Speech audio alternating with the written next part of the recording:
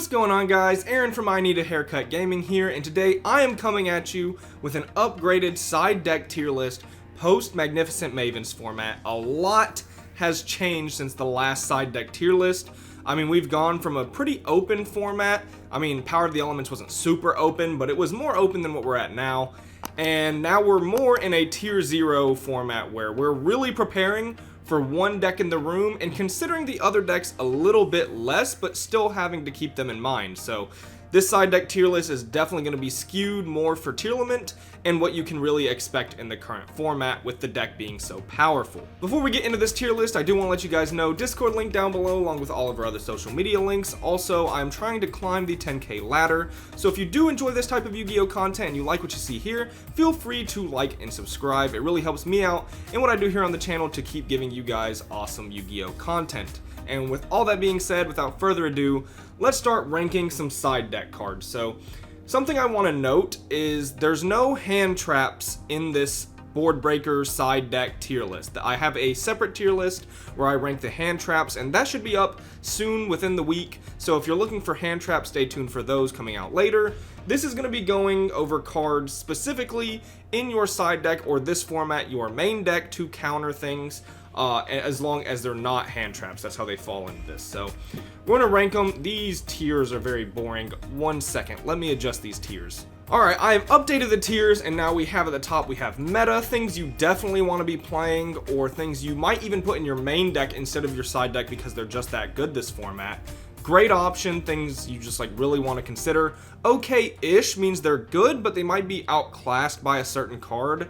Not this format, are side deck cards that are very skewed for decks not Tearlament or things not in the current format.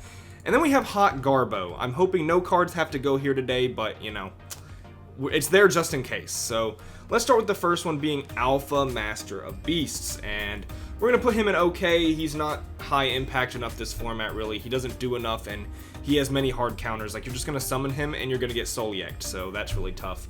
A card very akin to Alpha, and we'll go ahead and rank Pankratops as well, sort of in the same tier, is Fenrir, but I don't really consider Fenrir a side deck card. I consider him a main deck card, and I do think Fenrir's a little better than both of these this format, so he might have gone in great options.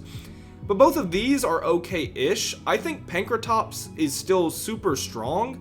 The problem is it's difficult for him to break tier boards specifically because they don't mind being destroyed, which is something that's really bad for Pankratops right now. And then also another deck in the room is Fluwandereeze, where this card struggles because sometimes they just have a barrier statue. So there's a lot of reasons why Pankratops isn't finding himself up in these two tiers where you would normally expect him to be because he's such a strong staple card. Anti-Spell Fragrance, interestingly enough, I don't think this card is the card you want to be playing this format. And that sounds really weird to say. This might be a hot take because Anti-Spell has been a meta side deck staple for the last 2 or 3 years. But honestly, like, this card against Tearlament I don't think is that good. It's not what I want to side against Tearlament specifically.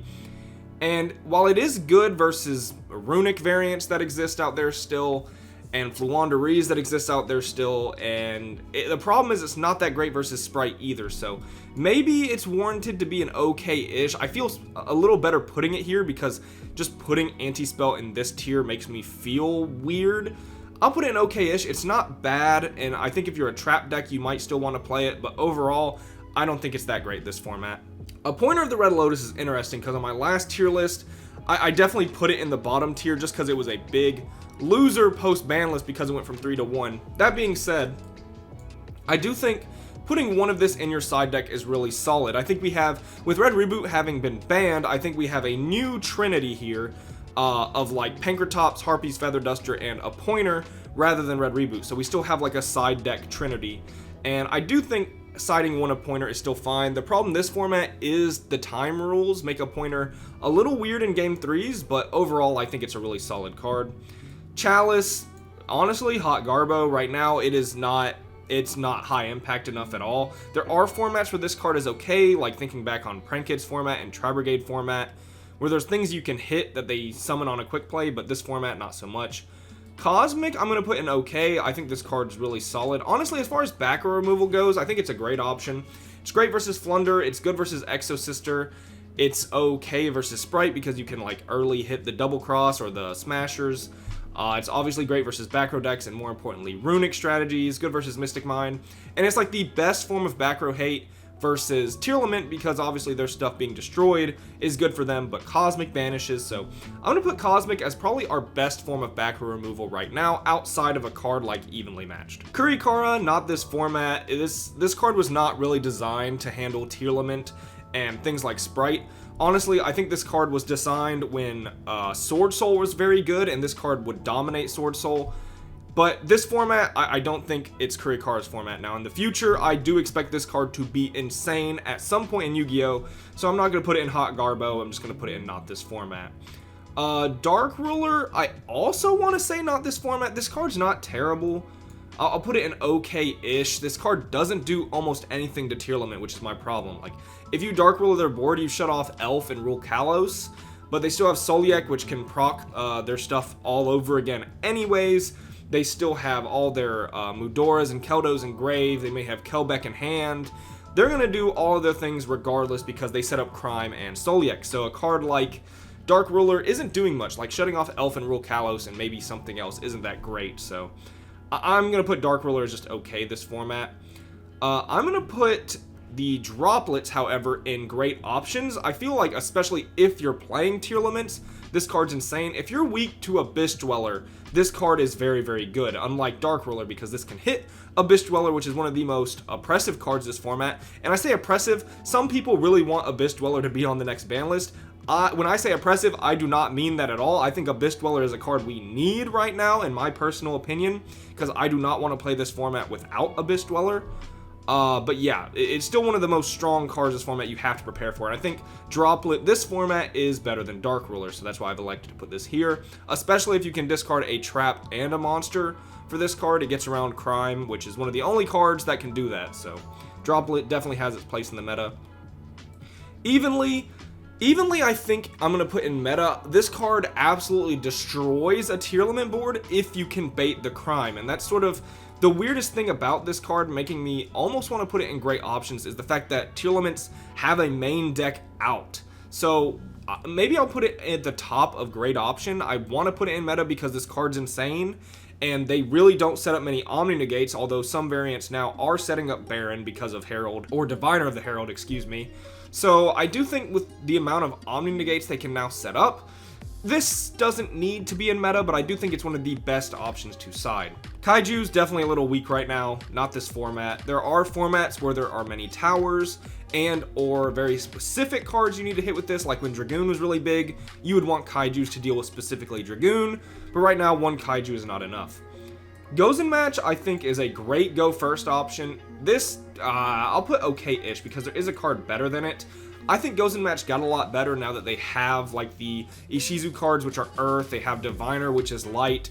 Rhino Heart's Water. There's a lot of things now they can summon outside of Darks, where if you catch them with a Gozen Match, it's very bad for them. That being said, they can still totally play under Gozen with like Merely, hit Shiren, Rhino Heart, make Kaleido Heart spin it, right? So if you can back up Gozen, this card's insane, but by itself, I'll put it in okay because there is a better option in Rivalry of Warlords, and I'll put this in great options because it's a little stronger versus them. They can still somewhat play under this as well, but again, any of these cards backed up with anything is almost just FTK. Yeah, I think both of these are solid, but I will say Rivalry is a tad bit better. Lava Golem, I'll put it in meta. Yeah, I think Lava Golem's insane, but it depends what deck you're playing. So if you can't play Lava Golem, maybe I'll put it in great options just for that reason as well. There's not many decks that can play a Golem efficiently, and the problem with being in like a tier mirror, I think Golem is particularly weird as well, because it's not stopping you from getting Dwellered. I think in the tier mirrors, maybe I should put Forbidden Droplets in meta. You know, I'm really considering that. I don't see many people on it, but I'm gonna say Droplet is almost mandatory at this point. I don't know. I think Droplet is maybe the best option here. Man. Lava Golem brought up an interesting point where, like, Dweller, I think, is one of the main things to try to hit this format. So yeah, I'll put Forbidden Droplets in meta. We're going to need some things there, and I think you should be playing Droplets, especially in the tier mirror. Now, going back to Lava Golem, I think Lava Golem is super solid if you can play it and you're not hurt by Dweller. I think Golem is really weird if you're hurt by Dweller. So yeah, Lava Golem, super high impact, great card, but I feel like in the tier mirror specifically, it's not super great. So I'll put it here. Light Imprisoning, not this format. It's not Hot Garbo, because obviously this card is very solid if there's a lot of light decks in the format. Like if Drytron were ever just a tier 0, -1 threat, this card would actually be okay. So I'm going to put it in not this format. Lightning Storm, okay-ish. It's not bad. It's really good versus Flunder. It can be okay versus Exosister as well. So the more roguish decks this format, this card is okay, but it's not phenomenal by any means. Red Reboot is not even Hot Garbo because it's banned. Shadow Imprisoning, I'll put in okay-ish.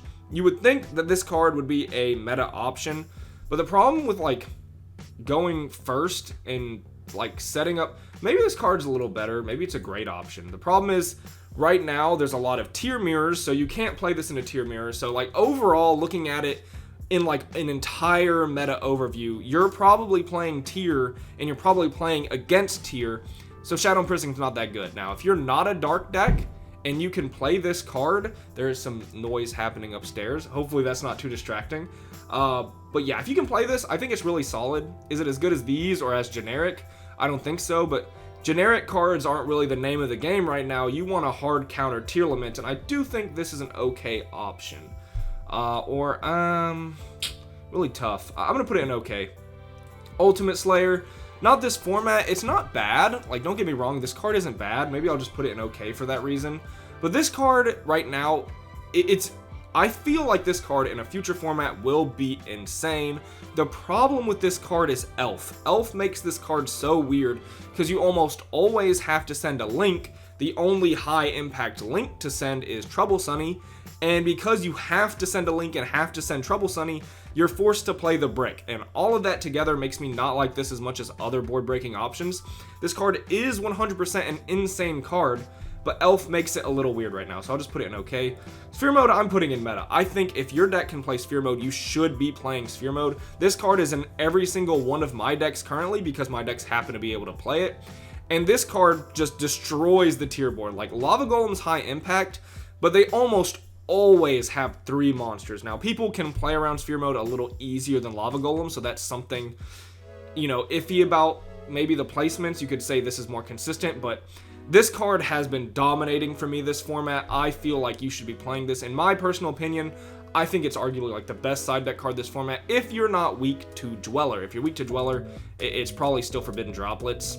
Just my opinion looking at the format in retrospect, and we're still near the beginning of the format, so you might come to this video a couple weeks later and this list might look really weird, but at the start of the format, these are sort of my opinions. We've had 1 YCS by the time I'm uploading this, and this is sort of based on that and things based on that YCS in the format at the time.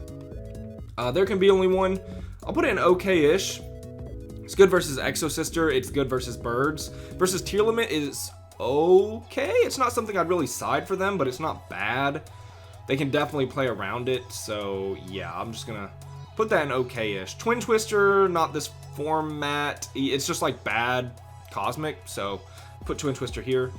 Eradicator is okay. It's not bad, but with Droplet picking up more steam, in my opinion, I think this card is getting much better. So if you call spells, they're just going to discard their spells and negate your board. So I don't know, E-Red definitely has its time. I think this card is good, but it's not something you'd want to side for tier if you're not playing tier, I don't think. I feel like this card has definitely fallen off recently, with Runic being more out of the format. So maybe as a good mine out, it's fine, but yeah. Harpy's Feather Duster, I'll put it in okay. Pretty much where Pankratops is.